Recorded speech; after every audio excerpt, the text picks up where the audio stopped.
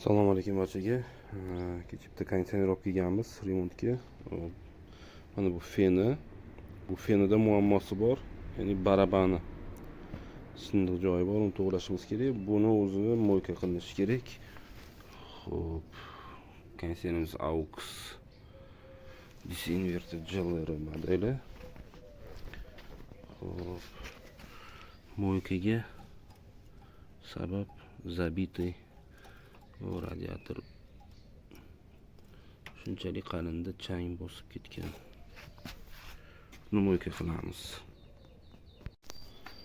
Bu 18 darajali konditsionerimiz. O'shatganimizdek u yerda baraban singan, o'zi ko'rsataman. Xo'p, JLR modelini TN deymiz, qo'shimcha TN mana radiatorning orqasida bo'ladi. Mana shu kabel bilan kelib plataga ulanadi.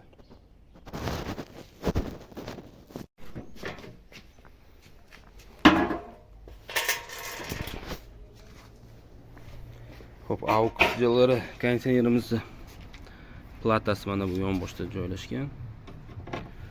Xo'p.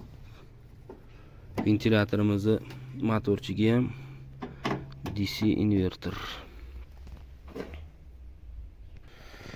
Xo'p, JLR konditsionerimizni mana bu platasi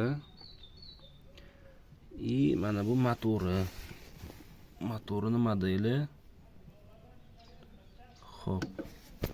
Ahamiyat beramiz ham R32 ga, ham 410 ga ishlayveradigan motor bu.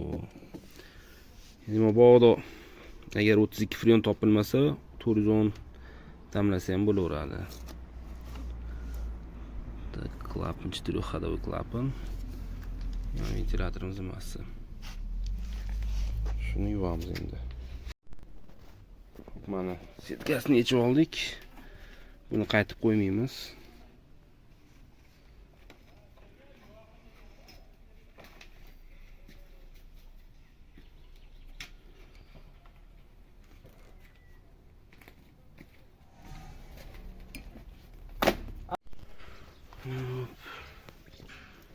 Mana shu narsalar chiqyapti sekin.